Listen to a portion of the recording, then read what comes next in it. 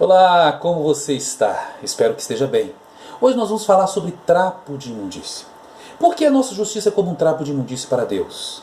Essa é a nossa justiça, conforme diz a palavra de Deus, em Isaías 64, verso 6, diz assim: somos como o impuro, todos nós, todos os nossos atos de justiça são como trapo imundo. Murchamos como folhas, e como o vento as nossas iniquidades nos levam para longe. Por que a nossa justiça é como um trapo de imundície para Deus? Simples. Porque nós não julgamos como Deus. Deus corta reto, ou seja, Deus julga com justiça porque Ele não vê cor, raça, status, se é pobre, se é rico, se é estudado, se é analfabeto, se é são, se é doente, se é da família, se é desconhecido.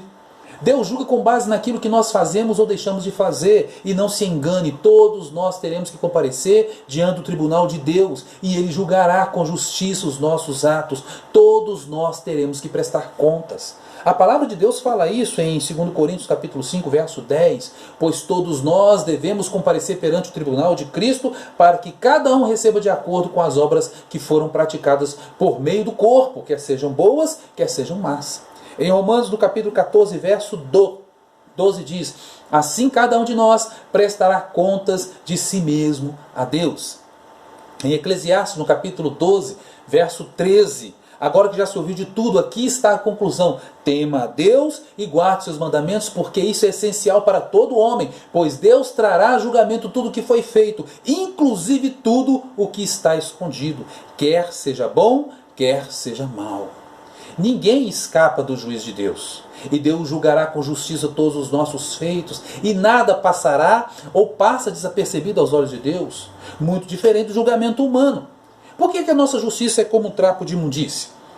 Porque no julgamento dos homens, uma sentença pode ser comprada, um júri pode ser comprado, um magistrado pode ser comprado, um advogado advoga pela causa de uma pessoa que ele sabe que é culpada e mesmo assim o defende. A justiça dos homens é um trapo de imundície porque nós somos tendenciosos.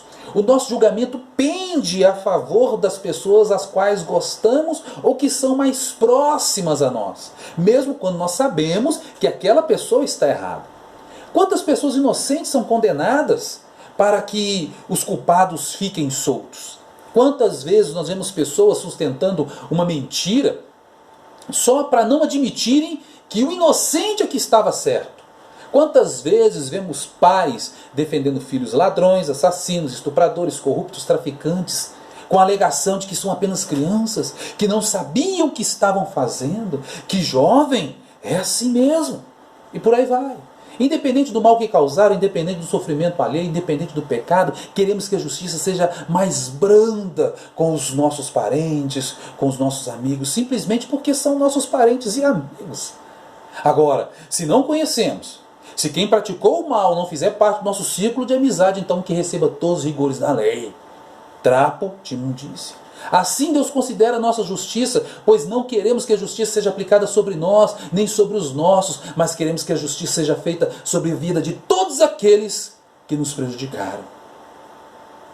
Que a justiça seja feita sobre a vida de todos aqueles que nós não conhecemos. Trapo de imundície. A nossa justiça é trapo de imundície porque nós somos volúveis. Porque conforme a situação, de acordo com quem acontece, a nossa opinião muda. Quantas vezes nós vimos pessoas contrárias ao divórcio mudarem de opinião ao saberem que um familiar divorciou? Ou seja, o divórcio é proibido por Deus até alguém da família divorciar. Quantas vezes nós vimos pessoas contrárias ao sexo no namoro mudarem de opinião ao saberem que um familiar engravidou ou engravidou-se de alguém? Ou seja, o pecado de prostituição deixou de ser pecado só porque um familiar está nessa situação? Quantas disciplinas deixaram de acontecer dentro das igrejas só porque a pessoa era parente de um figurão de dentro da igreja ou de dentro da denominação? Quantos pecados foram acobertados ou julgados para debaixo do tapete? Só para não manchar a reputação de membro A, B, de igreja A, B, de denominação A ou B. Hoje nem se ouve falar mais sobre disciplina na igreja. Trapo de imundície.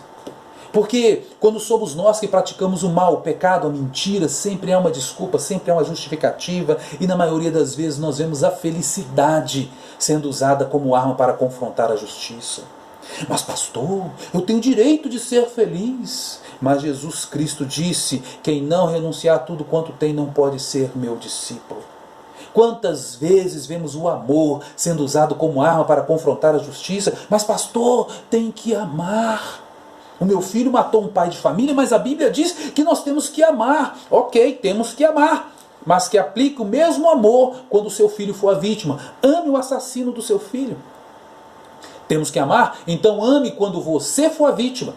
É muito fácil falar de amor quando nós não somos a vítima. É muito fácil falar de amor quando não é com a gente ou com os nossos. E a mesma coisa se aplica com a justiça. Porque quando nós somos os culpados, nós queremos amor, misericórdia e compreensão. Quando os outros são culpados, nós queremos que seja exercida todos os rigores da lei e da justiça. Essa é a diferença entre Deus e nós. Para Deus, a quem mais é dado, mais é cobrado. Deus cobra mais daqueles que são mais íntimos, para que eles sirvam de exemplo. Enquanto nós queremos esconder os nossos erros, os erros dos nossos amigos, aqueles que são mais próximos, Deus corrige a quem ama e açoita todo aquele que recebe por filho. E nada escapa aos olhos de Deus, que julga e julgará com justiça todos nós. No Salmo 75, verso 2 diz: tu dizes, eu determino o tempo em que julgarei com justiça. Em Apocalipse, no capítulo 20, a partir do verso 12, diz: vi também os mortos, grandes e pequenos, de pé diante do trono. Os livros foram abertos, outro livro foi aberto, o livro da vida. Os mortos foram julgados de acordo com o que tinha feito, segundo o que estava registrado no livro. O mar entregou os mortos que nele havia, a morte, o Hades entregaram os mortos que nele haviam, e cada um foi julgado de acordo com o que tinha feito. Então a morte e o Hades foram lançados no fogo, o lago de fogo, que é a segunda morte. E o nome de alguém que não foi encontrado no livro da vida, esse foi lançado no lago de fogo. Deus é justo, Ele não é tendencioso, Ele não muda, Ele é o mesmo ontem, hoje e sempre. Deus fará um julgamento justo. E naquele dia não adianta chorar, resmungar, espernear, se rebelar, porque Deus fará justiça. Amados, é tempo de nós colocarmos a nossa casa em ordem e defender o que é certo, correto, justo, leal, moral, ético, honesto e verdadeiro. Pedro, em sua primeira carta, no capítulo 4, do verso 17 e 18, ele diz: pois chegou a hora de começar o julgamento pela casa de Deus, e se começa primeiro conosco, qual será o fim daqueles que não obedecem ao Evangelho? E se ao justo é difícil ser salvo, o que será do ímpio e pecador? Deus não é como o homem para que imita, nem como o filho do homem para que se arrependa. Deus não faz conchavos. Para Deus o que é certo, e errado é errado. Gálatas, no capítulo 6, versos 7 e 8 diz: não se deixe enganar, de Deus não se zomba, porque que o homem semear, isso também ele colherá. Quem semeia para a sua carne, da sua carne colherá corrupção. Quem semeia para o Espírito, do Espírito colherá a vida eterna. Arrependei-vos e crede no Evangelho. Foram com essas palavras que Jesus começou seu ministério na terra. E o amor de Deus, o amor de Cristo, a graça de Deus não é um aval para nós pecarmos deliberadamente, como diz em Hebreus capítulo 10, a partir do verso 16. Se continuarmos a pecar deliberadamente depois de recebermos o conhecimento da verdade, já não resta mais sacrifício pelos pecados, mas tão somente uma terrível expectativa de juízo e de fogo intenso que consumirá todos os inimigos de Deus. Quem rejeitava a lei de Moisés morria sem misericórdia pelo depoimento de 2 ou 3 testemunhas. Quanto mais severo castigo julgam vocês, merece aquele que pisou aos pés o Filho de Deus, que profanou o sangue da justiça pelo qual ele foi santificado e insultou o Espírito da graça? Pois conhecemos aquele que disse: a mim pertence a vingança e eu a retribuirei. E outra vez, o Senhor julgará o seu povo. Terrível coisa é cair nas mãos do Deus vivo. Meus amados, Deus é amor e também é justiça. E todo aquele que se diz filho de Deus deve defender e dar a vida por aquilo que Deus defende, por aquilo que Jesus Cristo deu a vida. Deus defende a justiça e a verdade. Jesus morreu para nos dar vida, para nos libertar do pecado, da morte e nos dar o conhecimento da verdade. E conhecereis a verdade, e a verdade vos libertará. Não se deixe enganar, não se deixe corromper.